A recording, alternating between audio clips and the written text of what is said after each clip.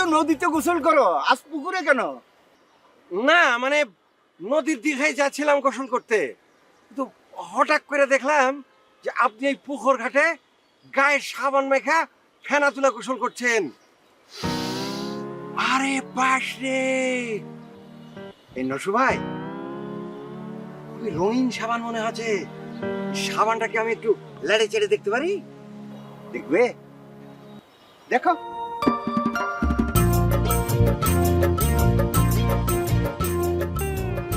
আহ কি সাবান গো নসু ভাই, অনেক দামি সাবান মনে হচ্ছে।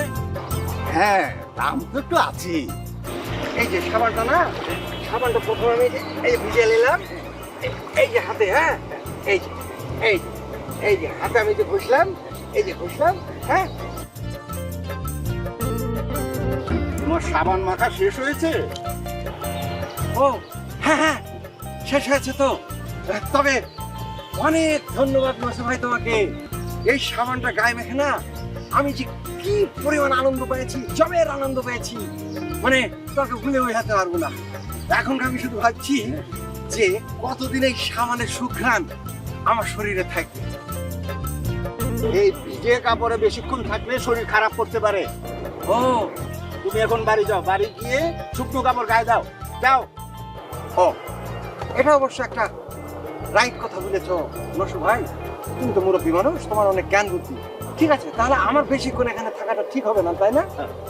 ঠিক আছে, তাহলে আমি যাই। আহ, জবের আনন্দ পেয়েছি গো। সিচুয়েশনটা যে আমাদের হাতে নেই, তুমি প্লিজ এমন কিছু করো না ওহো, যাতে আমাদের সবার চমৎকার। স্বপ্নগুলো ভেঙে যায়। তুমি ভালো করে জানো ইস, ওরা কতটুকু এত ক্ষমতাবান। চমৎকার একটা আমরা মুভি ওদের আগে কেন ক্ষমতার সামনে দেখলাম না? দাঁড়াতে পারবো না। ওদের ক্ষমতার উৎস দুলালি, দুলালি, আমাদের নীরবতা। দুলালি। আমরা নীরব থাকি দেখে শোন। শুধু গ্র্যান্টেড হিসেবে নিই না। ও, এই ব্যাপার। কানে আজকে যদি হেডফোন। আমি চুপ থাকি এই, এই, খুল, খুল, হেডফোন খুল। কি সারাক্ষণ কানের মধ্যে হেডফোন গুজে রাখিস? কি দেখিস সারাক্ষণ উবু হয়ে টেলিফোনে? আপনি, আমি এত মজার একটা প্রোগ্রাম দেখতেছিলাম, তুমি এসে সব নষ্ট করে দিলে। তুই তো অকালে চোখের মাথা খেয়ে অন্ধ হবি, আর হেডফোন গুজে রাখিস তো শ্রবণ শক্তিও যাবে। আর ওই যে ব্যাকা হয়ে মোবাইল দেখিস না, কুজো হয়েও যেতে পারিস। ওহো আপনি, তুমি কি আর কিছু বলবে? বলতে হলে বলো, আর তা না হলে আমি মুভিটা দেখি।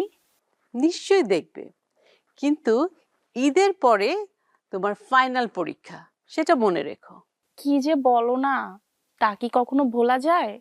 হ্যাঁ, তা ভুলিস না, কিন্তু পড়াশোনা বাদ দিয়ে যখন তখন সময় নষ্ট করিস, এটা ঠিক না।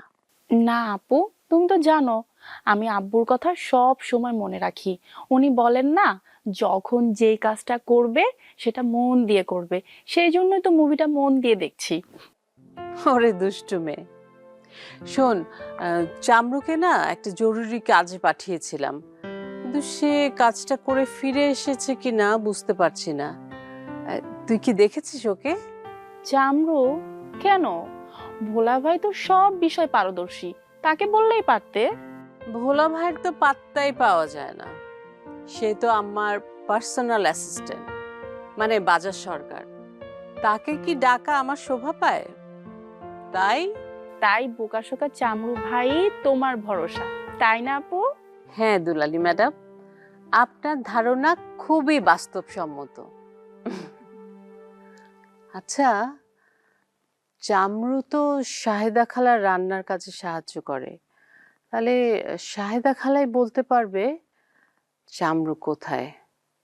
শাহেদা খালা, শাহেদা খালা। কি হয়েছে মামুনি? তেমন কিছু না।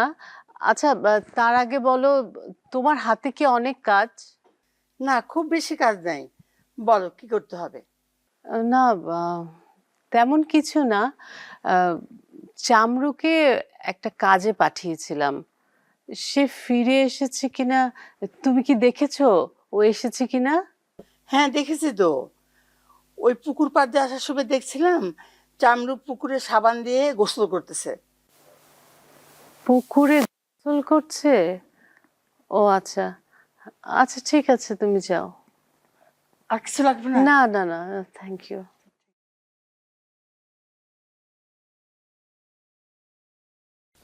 কি ব্যাপার আপনি, মন এত উচাটন কেন? রহস্যের গন্ধ পাচ্ছি। কোনো রহস্য নাই, তুই তোর কাজ কর। ঠিক আছে, কিন্তু আমার তো মনে হয় বিষয়টা সোহাগ ভাই সম্পর্কিত। কেন, কোনো গন্ডগোল হয়েছে নাকি? আরে না, ওসব কিছু না। আচ্ছা আপনি, সোহাগ ভাই তোতলায় না? আরে না না, কিন্তু রেগে গেলে ওই কথা একটু একটু আটকে যায় আর কি। রাগের গন্ধ পাচ্ছি। সত্যি করে বলো তো আপনি, কি হয়েছে? কিছুই হয়নি। আর তুই তোর ছবি দেখ তো, যত সব ফালতু।